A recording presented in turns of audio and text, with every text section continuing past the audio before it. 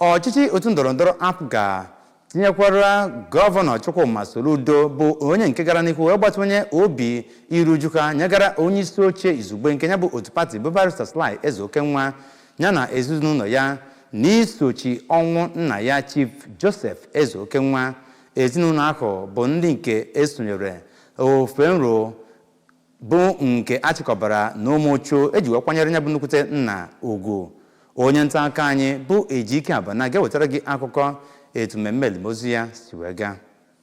Gọvanọ Soludo, onye bụ onye isi APGA na Naịjirịa gbaa gburugburu, gosipụtara obi mwute ọ nwere na mpa National Chairman nke ya bụ otu APGA bụ onye nara mmụọ ma kwue na ndị otu APGA bụ nnọọ ndị na-eme nwanne ma n'oge ọnwụ ma n'oge olili na ọṅụṅụ. Gọvanọ gaa n'iru wee kwue na ya bụ ụzọ awala awala nke ugwu Akpu wee luo ọsọ Umuchu bụ nke ekwugo na a ga-arụ n'oge gara aga bụzi nke a ga-amalite ọrụ ozugbo n'ebe ahụ. N'okwuchukwu ya na mbụ, onye ji ọkwa Catholic Bishop nke Nnewi Diocese bụ Most Reverend Jonas Benson Okoye kọwara eluigwe dịka ebe obibi tọgburu onwe ya ma kwue na ụmụ Chineke adịghị anwụ anwụ kama a na-enwogharị ha n'ịbanye n'alaeze Chineke. Nwa nwoke ya bụ nwoke nara mmụọ bụ ọkaikpe Ezeokenwa kenere nnọọ gọvanọ nakwazi ndị niile bịara wee nọnyere ha n'oge ihe iru uju a ma kpee ekpere ka Chineke gọzie ha niile dum. Osote aka na-achị steeti a bụ Dọkịta Onyekachukwu Ibezim okwupụta okwu nke ụlọ omebe iwu steeti a bụ Right Honorable Somtochukwu Udeze, ndị eji okwu agba izu n'otu APGA nakwazi imerime ndị ọzọ bịara nnọọ wee soro ya bụ ọkaikpe Ezeokenwa nna ya nwụrụ wee ruo uju ma nyekwezie ha nkwado otu o kwesị.